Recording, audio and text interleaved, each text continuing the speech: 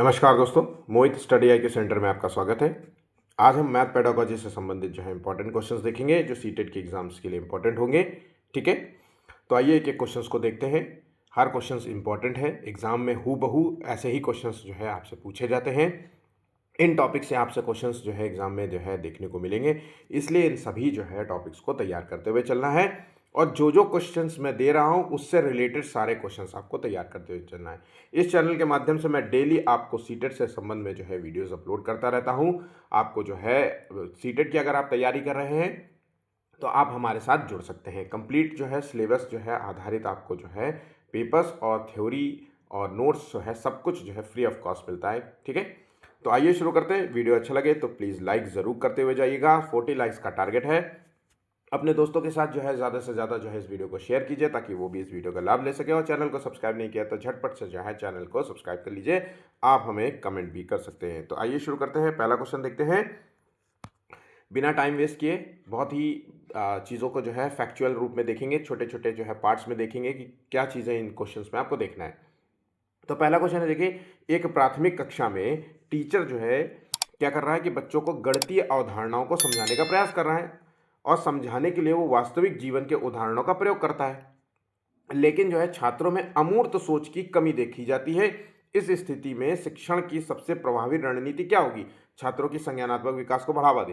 तो देखिए यहाँ पे बोल रहा है कि एक टीचर जो है जो मैथ के क्वेश्चंस को मैथ के अवधारणाओं को, चीज़ों को समझाने का प्रयास कर रहा है और और वास्तविक जीवन से जोड़ रहा है। जैसे कि 2+2 कितना होता है बेटा? 4 होता है। आपने जो है आपकी दुकान, आप किसी दुकान में गए, आपने दो जो है एप्पल खरीदा, फिर आपने जो है दूसरी दुकान में 2 बनाना खरीदा, तो आपके पास कितने फ्रूट्स हुए? इस तरीके से जो है वो उदाहरण से लेकर के जो है बच्चों को समझाने का प्रयास कर रहा है। पर उसने देखा कि बच्चों में अमूर्त सोच की कमी है। मतलब ऐसे जब क्वेश्चंस कर रहा है कि आप दुकान गए तो 2 आपने एप्पल खरीदा और 2 जो है बनाना खरीदा, तो अब आपके बताओ कितने फ्रूट्स हुए? तो ये जो अमूर्त सोच होता है जहाँ पे आपको सोच के आधारित आपको लिखना और पेन नहीं चलाना है। तो ऐसी स्थिति में हम क्या करेंगे कि हम पहले क्या करेंगे,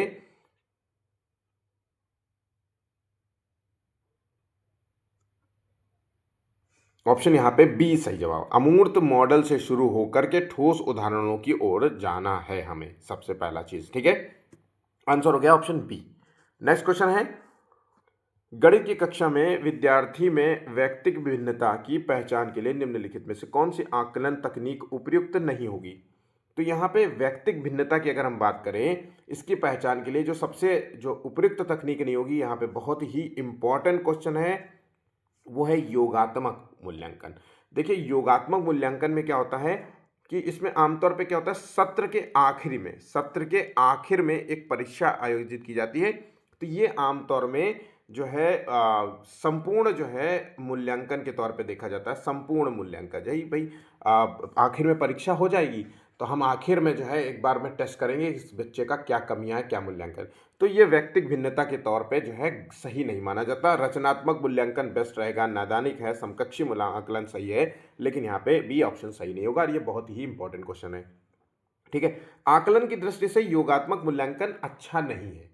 ठीक है, अगर आप किसी बच्चे की कमियों को जानने का प्रयास कर रहे हैं तो आप तुरंत जानिए, अभी जो आपने टॉपिक पढ़ा है उसी में जान जाइए कि भाई उससे क्वेश्चन पूछिए, उससे उस बात पर चर्चा कीजिए और आप समझ पाएंगे कि ये क्वेश्चन जो है बच्चे को समझ नहीं आए। आप ऐसा नहीं कर सकते कि आज पूरा एक कंप्लीट टॉपिक पढ़ा दीजिए, फिर 6 महीने बाद उसका एक टेस्ट लीजिए या उससे क्वेश्चन से रिलेटेड कुछ चर्चा कीजिए तो आपको बताएगा कि हाँ अच्छा नहीं आया था क्या उस दिन समझ में। तो ये चीज़ नहीं होनी चाहिए। ठीक है, योगात्मक मूल्यांकन का यही जो स्पष्ट रूप में जो है मैंने आपको अंतर बताया वो आपको याद रखिएगा, तो आपको कोई क्वेश्चन गलत नहीं होगा। एक अंडे का द्रव्यमान जो है लगभग जो है 65 ग्राम है।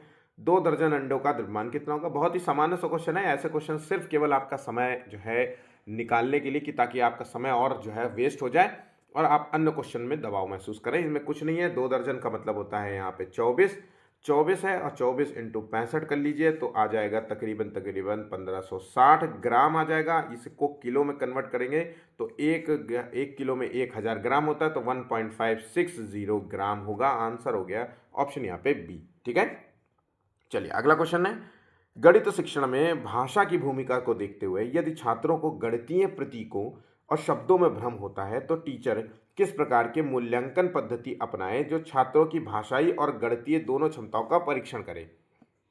तो अगर बच्चों को प्रतीकों में और शब्दों में भ्रम होता है तो सबसे बेहतर है कि उसकी मौखिक व्याख्या करें और लिखित जो है प्रतिक्रिया का संयोजन करें। आंसर हो गया ऑप्शन बी। यहाँ पर केवल संख्यात्मक प्रश्न देने से काम नहीं चलेगा, बहुविकल्पीय प्रश्नों से जो है काम नहीं चलेगा, ना ही केवल चित्र आधारित मूल्यांकन से काम चलेगा। सबसे बेस्ट रहेगा यहाँ पे इन चार ऑप्शंस में मौखिक जो है व्याख्या करनी चाहिए और लिखित जो है प्रतिक्रिया का जो है संयोजन करना चाहिए। आंसर हो गया ऑप्शन बी। नेक्स्ट क्वेश्चन है, निम्नलिखित में से बच्चों के लिए कौन सा अधिगम अनुभव समाज तथा दैनिक जीवन में गणित के योगदान को प्रतिबिंबित करता है। तो यहाँ पे देखिए पांचवें का आंसर हो गया छोटे समूह वाले ऐसे खेल खेलना जो गणित कौशल और अवधारणाओं पर आधारित हो, या औपचारिक और अनौपचारिक भाषा दोनों का प्रयोग कर गणितीय विचारों का लिखित में संप्रेषण करना, या फिर हमें यहाँ पे दैनिक जीवन में गणित के योगदान को प्रतिबिंबित करता है तो वो है रोजगार के विभिन्न क्षेत्रों के लोगों से मिलता तथा अन्वेषण करना, और वे अपने काम में गणित का प्रयोग किस प्रकार से करते हैं इसके संबंध में देखना। तो आंसर हो गया ऑप्शन यहाँ पे सी सही जवाब होगा। ठीक है, 200 गुणनखंडों की संख्या कितनी होगी? बहुत ही अच्छा क्वेश्चन है, सीटेट में अक्सर क्वेश्चन पूछा जाता है। अगर सिंपल सा ऐसा क्वेश्चन दिया जाए 200 हो, 500 हो, 15 हो, 18 हो, 25 हो, कुछ भी, ठीक है, गुणनखंडों की संख्या पूछ रहा हो कितनी हो, तो सिर्फ कुछ नहीं करना है आपको, 200 का जो है फैक्टर कर लीजिए। तो मान लीजिए 20 गुणे 10 हो गया, फिर इसका भी फैक्टर कर लीजिए, मान लीजिए 5 गुणे 4 हो गया, इंटू जो है 5 गुणे 2 हो गया। ठीक है, फिर इसको जो है फैक्टर कर लीजिए, तो 2 गुणे 2 हो गया, मतलब इतना कर लीजिए कि आखिर में टूटना ही बंद हो जाए। अब इन संख्याओं को तो नहीं तोड़ सकते, तो सिर्फ कितना 5 कितनी है, तो 5 हमारे पास जो है 2 है, और 2 कितनी है, तो 1 2 3 है, तो 2 की पावर 3 कर देंगे। तो जो पावर दी हुई है उसकी अगली संख्या लिखना है, जैसे 3 है तो यहाँ 2 है तो यहाँ पे 3 लिखिए, और 3 है तो यहाँ पे 4 लिखिए, और मल्टीप्लाई कर दीजिए, 4 3 12, आंसर हो गया 12। सिर्फ आंसर हो गया ऑप्शन डी। ठीक है, इस तरीके से ये गुणनखंडों की संख्या आपको निकालनी होती है। अक्सर एग्जाम में इस तरीके का क्वेश्चन पूछा जाता है, इसलिए शॉर्ट फॉर्म है, बहुत ही आसान तरीके से मैंने आपको चीज़ें बता दी हैं। अगला क्वेश्चन है, समुदाय आधारित गणित शिक्षण में यदि छात्र ग्रामीण पृष्ठभूमि से आते हैं और शहरी संदर्भों से संबंधित जो है समस्याओं को समझने में कठिनाई महसूस होती है, तो शिक्षण किस जो है रणनीति से सांस्कृतिक प्रासंगिकता सुनिश्चित कर सकता है। देखिए सीटेट में ऐसे ही कॉम्प्लिकेटेड भाषा में क्वेश्चंस पूछे जाते हैं, लेकिन उनके आंसर कुछ कॉम्प्लिकेट नहीं होते, बहुत ही सामान्य होते हैं। यहाँ पे सीधा सीधा बोल रहा है कि भाई गांव से कोई बच्चा आया और वो शहर के संदर्भ में देखा जाए तो वो समझने में उसको कठिनाई होती है, तो टीचर को किस तरीके की रणनीति अपनाना चाहिए? तो भाई मानकीकृत पाठ्य पुस्तक तो नहीं सख्ती से अपनाना चाहिए, तो ये तो बिल्कुल नहीं होना चाहिए। अतिरिक्त ट्यूशन की सलाह देनी चाहिए, केवल सैद्धांतिक व्याख्या करनी चाहिए। तो आंसर हो गया यहाँ पे ऑप्शन बी, स्थानीय जो है समुदाय की समस्याओं को गणितीय मॉडल में बदलना। ऑप्शन यहाँ पे बी होगा। इसी तरीके के आपको ऑप्शंस देखने हैं। पहला कोशिश किया करिए। अच्छा, एक चीज़ और है, आप 2-3 चीज़ों को ध्यान रखिए। एक तो पहले बात तो टैग वर्ड्स को दिमाग में अपने बिठा लीजिए। पहली चीज़, टैग वर्ड्स का बहुत यूज़ होता है, जैसे सख्ती से पालन करना, ट्यूशन लगाना, केवल सैद्धांतिक व्याख्या करना, इस तरीके के टैग वर्ड से आप ये पूरा का पूरा क्वेश्चन जो है तुरंत आप कह देते कि अरे ये गलत है ऑप्शन बी। आपको पढ़ने की भी ज़रूरत नहीं पड़ती है ऑप्शन बी में क्या लिखा है।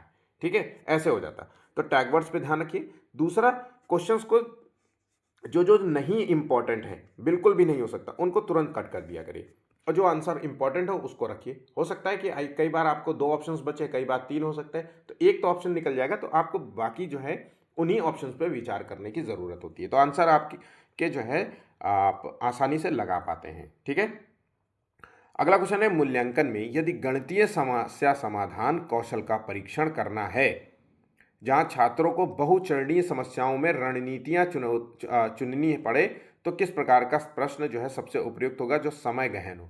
जहां पे किस प्रकार का प्रश्न सबसे उपयुक्त होगा जहां पे समय का जो है वो हो, मतलब समय जो है टेकिंग ले, समय आपका टाइम वेस्ट हो ऐसे क्वेश्चंस को।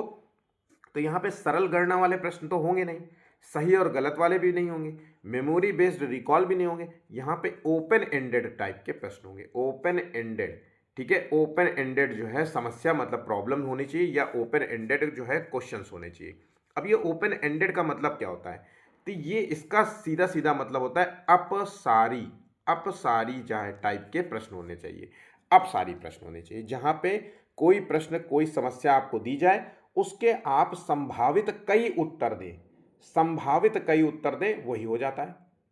जैसे आपसे हम कहें कि 45 का मल्टीप्लिकेशन जो है क्या है, तो 9 पना 45 होता है ना।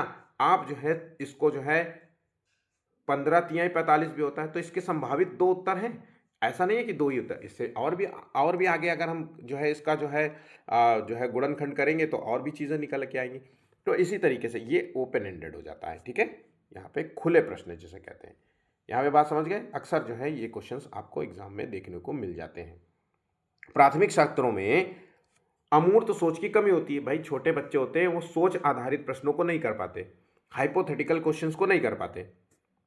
तो टीचर जो है गणितीय अवधारणा को समझाने के लिए क्या करेगा, तो केवल उन्हें क्या करेगा, अगर बच्चे में अमूर्त सोच की कमी है तो उसे जो है मूर्त सोच वाले प्रश्न देगा, ठोस प्रश्न देगा, फिर जो है धीरे धीरे वो अमूर्त की ओर लेके जाएगा। तो ठोस से अमूर्त की ओर लेके जाएगा। आंसर हो गया ऑप्शन बी, ठीक है। छात्रों में जो है लिंग आधारित गणित पूर्वाग्रह है, शिक्षक इसे कैसे हल कर सकता है। तो देखिए, लिंग के आधार पर गणित पूर्वाग्रह मतलब होता है कि भाई लड़का और लड़की में भेद करना, ये मानना कि लड़कियां जो है गृह साइंस या होम साइंस में ज़्यादा अच्छी होती हैं और लड़कियां मैथ में बिल्कुल बेकार होती हैं। लड़के मैथ में अच्छा होते हैं और वो होम साइंस से रिलेटेड जैसे सब्जेक्ट्स, आर्ट्स जैसे सब्जेक्ट्स नहीं पढ़ पाते हैं। तो इस तरीके की जो है लिंग आधारित जो है पूर्वाग्रह बनाना, तो ऐसे सिचुएशन में करने के लिए जो है उन्हें समावेशी गतिविधियां करनी होंगी, जहां पे सभी छात्र छात्राएं एक जैसी गतिविधियां करेंगे। ध्यान रखिएगा, सभी, ऐसा नहीं है कि उनको डिस्क्रिमिनेट कर देंगे कि भाई लड़की हो तो लड़कियां तो रंगोली बनाएंगे और लड़के जो है ये फिजिकल एक्टिविटी कराएंगे उनको, है ना। तो इस तरीके की एक्टिविटी नहीं होगी, सबको एक जैसा सामान रखेंगे, तो समावेशी गतिविधियां करेंगे। ऑप्शन यहाँ पे बी राइट होगा। बहुत ही कॉमन क्वेश्चन है, सीटेट में तो 100% जो है 2 क्वेश्चन लैंगिक पूर्वाग्रह से संबंध में आपसे पूरे सीटेट में पूछा जाएगा। अब देखिए मैथ के क्वेश्चंस भी आते हैं, तो ये क्वेश्चन एक कॉमन सा क्वेश्चन है जो बहुत ही एग्जाम में पूछा जाता है, मिक्स्ड प्रोपोर्शन का है, और आप ये बिल्कुल फार्मूला बेस्ड है, कुछ नहीं है, बस कैलकुलेशन करनी है और आंसर आपको निकल आएगा।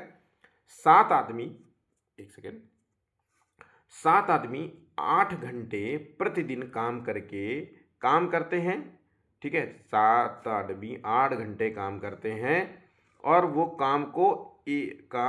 काम को, एक सेकेंड, मैंने यहाँ पे कुछ गड़बड़ तो किया है क्वेश्चन में, क्योंकि मुझे यहाँ पे ओके। तो 7 आदमी 8 घंटे प्रतिदिन काम करके एक काम के 1/3 भाग को 36 डेज में पूरा करते हैं। यहाँ पे फॉर्मूला ये है कि यहाँ पे जो है पहले मैन हो गया, फिर उसका जो है डे हो गया, फिर उसका जो है कितने दिन का काम करते हैं, फिर कितने घंटे वाला हो गया मामला, और फिर जो है भाग कितना वर्क करते हैं, ठीक है। ये फॉर्मूला होता है, इज इक्वल टू सेम बराबर में देखेंगे आप, यही चीज़ वहाँ पे भी दिया होगा कि 24 आदमी 6 घंटे में बचे हुए काम को कितने दिन में करेंगे, मतलब यहाँ पे डेज नहीं दिया हुआ है, और बचे हुए काम को कितने दिन में करेंगे। तो बचा हुआ काम 1/3 भाग करता है ना, एक काम का 1/3 काम करता है, तो 2/3 भाग बचा हुआ है। तो यहाँ पे अगर हम इस चीज़ को कैलकुलेट कर ले, इस तरीके से 2/3 को इधर कर ले, फिर इस तरीके से कर दे, तो आंसर आपका 28 डेज आएगा। आंसर 28 डेज निकल के आएगा। आपको यहाँ पे कैलकुलेशन कर लेनी चाहिए, स्पेस कम है इसलिए आपको मैंने जो है इतना बता दिया, आप चीज़ों को कर लेंगे, ठीक है। इसको नोट कर लीजिएगा। एक वस्तु के मूल्य में 20% की वृद्धि होती है, फिर पुनः 20% की कमी की जाती है, तो इसके मूल्य में क्या प्रभाव पड़ेगा। अगर आपसे क्वेश्चन पूछा जाए कि किसी चीज़ के मूल्य में इतनी की वृद्धि हो और उतने ही की कमी दर्शाए, 20 की वृद्धि है तो 20 की है, 10 की वृद्धि हो तो 10 की कमी हो, 15 की वृद्धि हो तो 15 की कमी हो, 50 की वृद्धि हो तो 50 की कमी हो, इस तरीके के प्रश्न हो तो इनको सीधा सीधा मल्टीप्लीकेशन कर लीजिए, 2 दूनी 4, 400 है ना बटे 100, और ऐसे कमी जिसमें वृद्धि हो फिर कमी हो, तो इस तरीके के क्वेश्चनों में हमेशा हानि होती है, तो 4% की हानि होगी। सिर्फ कुछ नहीं करना है, 2 दूनी 4 यहाँ पे मल्टीप्लाई कर लिया, 2 दूनी 4 मतलब 4% की हानि, कुछ नहीं, ठीक है। ऐसे क्वेश्चन आएगा तो आपको इसी तरीके से करना है। 1 सेकंड भी समय नहीं लगेगा। एक व्यक्ति ने कुछ संतरे 17 रुपए में 9 के भाव से खरीदा। तो यहाँ पे कॉस्ट प्राइस दिया गया है 17 में 9 के भाव से खरीदा, सेलिंग प्राइस यहाँ पे लिखिए, 11 रुपए में 16 के भाव से बेच दिया। इसको क्रॉस मल्टीप्लिकेशन कर देंगे, 17 इंटू 16 होता है 102 और यहाँ पे होता है 11 इंटू वो 99। तो यहाँ पे जो 102 है वो है कॉस्ट प्राइस और 99 वाला है सेलिंग प्राइस, और इन दोनों के बीच का अंतर जो है वो लाभ और हानि है। कॉस्ट प्राइस मतलब खरीद इतनी की है और बेचा उसने यहाँ पे, तो इसका मतलब है उसने हानि में बेचा। तो यहाँ पे 3 रुपए की एक तरीके से हानि हो रही है। तो 3 बटे कॉस्ट प्राइस, यहाँ पे 3 बटे जो है 102 लिखेंगे कॉस्ट प्राइस इंटू 100। अगर हम इसको सॉल्व कर लेते हैं तो 2 सही 16 बटे 17 की हानि देखने को मिलेगी। आंसर हो गया ऑप्शन सी। ठीक है, इसको कैलकुलेट कर लीजिएगा, इसको साइड में नोट कर लीजिएगा। ए और बी का रेशियो ये दिया हुआ है 5:4 और ए और सी का रेशियो दिया है 4:5। A ratio B ratio C का जो है मान कितना होगा? देखिए, ए और बी का रेशियो दिया गया है 5:4, ठीक है, और ए रेशियो सी का दिया गया है, यहाँ पे ए रेशियो सी का दिया गया है। तो इसको हम ए रेशियो सी का दिया गया है, ठीक है, ए रेशियो सी दिया गया है। यहाँ पे क्या बोलते हैं, ए का है 4 और यहाँ पे सी का वैल्यू हम लिख लेते हैं, इधर सी की वैल्यू लिख लेते हैं 5, ठीक है।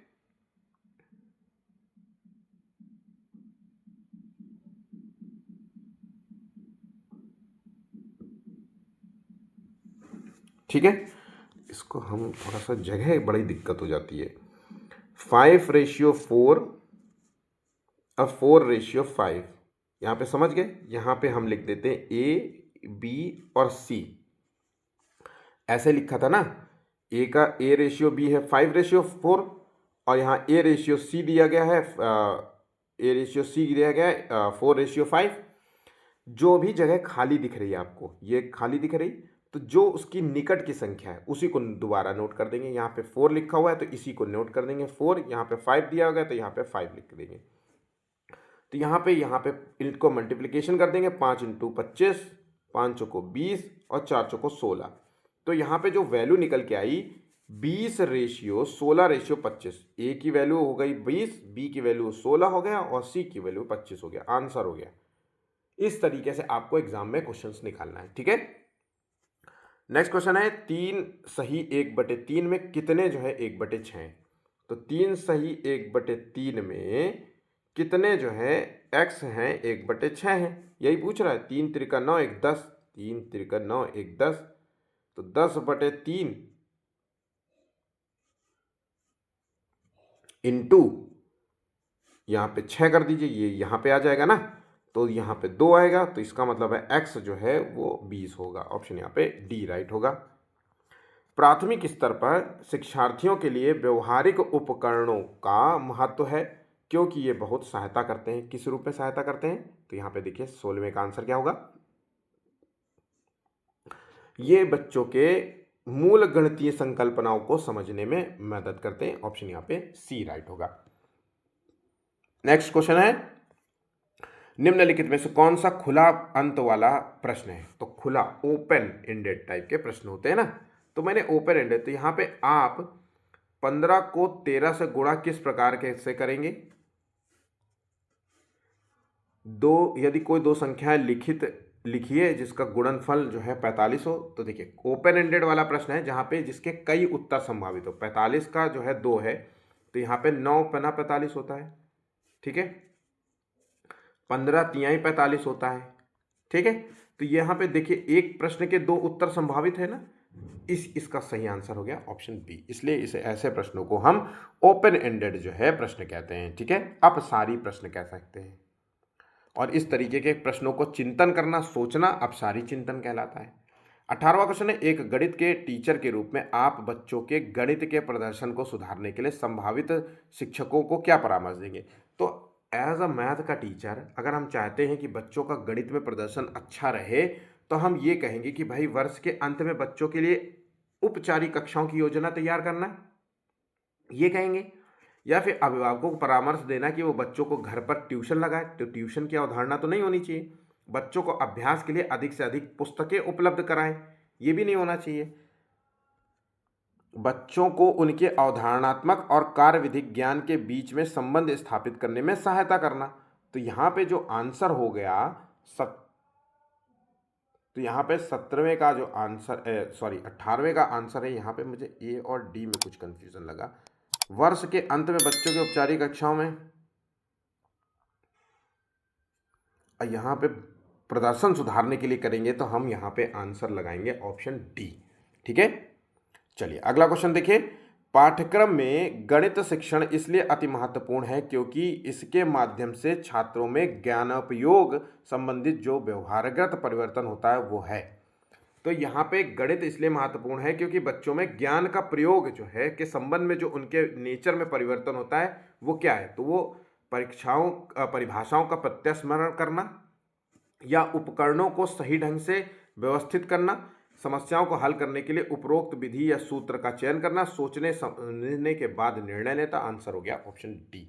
19वें का आंसर हो गया ऑप्शन डी। ठीक है, अमूर्त एवं संगत संरचनाओं के अध्ययन का विषय निम्न में से किस विषय को कहा जाता है। तो अमूर्त और संगत संरचनाओं के अध्ययन की अगर हम बात करें तो यहाँ पे गणित सबसे बेस्ट होगा। ठीक है, जहाँ पे हम मूर्त से अमूर्त की ओर जाते हैं। ठीक है, दोनों रूप में जो है हम इसमें गणित का जो है प्रयोग करते हैं। ठीक है, पहले हम ठोस क्रियाओं के द्वारा जो है गणित सीखने का प्रयास करते हैं, फिर अमूर्त क्रियाओं के द्वारा हम गणित सीखने का प्रयास करते हैं। तो आंसर हो गया ऑप्शन बी, डी आंसर हो गया। ठीक है, वर्तमान पाठ्यक्रम का दोष क्या देखने को मिलता है। तो देखिए वर्तमान पाठ्यक्रम का दोष यही है कि यहाँ पे ज़्यादा से ज़्यादा हमको आजकल देखने को मिलता है कि पुस्तकीय ज्ञान पे ज़्यादा जोर देते हैं, रचनात्मक क्रियाओं पे हम जोर कम देते हैं, योगात्मक जो है क्रियाओं पे ज़्यादा जोर देते हैं, मूल्यांकन की भाई परीक्षा जो है कि अंत में परीक्षा करा करके चेक कर लेंगे। आजकल देखिए स्कूलों में प्री टेस्ट जो है unit test, unit 1, unit 2, unit 3 इसलिए किया जाता है ताकि हम बीच बीच में बच्चों का जो है हम मूल्यांकन करते रहें। तो ये एक दोष है। विषयों में जो है सह संबंध का अभाव देखने को मिलता है, लचीलेपन का अभाव है, मतलब या तो बहुत कठिन सिलेबस हो जाता है या तो इतना सरल हो जाता है कि चीज़ें जो है बहुत आसानी से चीज़ों को समझ सकते हैं। बच्चों की जो है चिंतन आधारित नहीं होता कि बच्चों के थोड़ा दिमाग जो है सोचे समझे, है ना। तो यहाँ पे उपरोक्त में से सभी आंसर होंगे। ऑप्शन यहाँ पे डी लॉक करेंगे। ठीक है, भिन्नों की अवधारणा से परिचित करने के लिए टीचर को डैश डैश से शुरुआत करना चाहिए। अगर बच्चों को भिन्न की अवधारणा से परिचित कराना है, इस बात को याद रखिएगा, तो बच्चों को हम ऐसी अवधारणाएं प्रस्तुत करेंगे ताकि भिन्न के संबंध में उस चीज़ें समझ में आ जाए। तो हम कोशिश करेंगे बच्चों को ठोस से अमूर्त की ओर लेके जाएंगे। जैसे फल का हम आधा हिस्सा काट देंगे, बोलेंगे ये देखो हाफ हाफ हो गया, 1/2। ये पूरा एक फल का हमने आधा हिस्सा काटा तो ये कहलाएगा 1/2। हमने किसी केक का जो है 1/4 हिस्सा काट के दिया, तब बताएंगे कि देखिए एक केक के चौथाई हिस्से को किस तरीके से बांटेंगे। तो यहाँ कागज के आधे हिस्से को हम फोल्ड करके दिखाएंगे कि ये देखो आधा है। इस तरीके के हम जो है चीज़ों को कर सकते हैं। तो हम यहाँ पे आंसर लगाएंगे अब उनके आसपास की वस्तुओं में भिन्न भागों की पहचान करना। ऑप्शन यहाँ पे बी राइट होगा। ठीक है, एक वृत्त की परिधि दी गई है 44 मीटर, जो एक आयताकार मैदान के लंबाई के बराबर है। तो मतलब आयताकार मैदान की लंबाई के बराबर है, उसकी चौड़ाई जो है लंबाई से 8 मीटर कम है।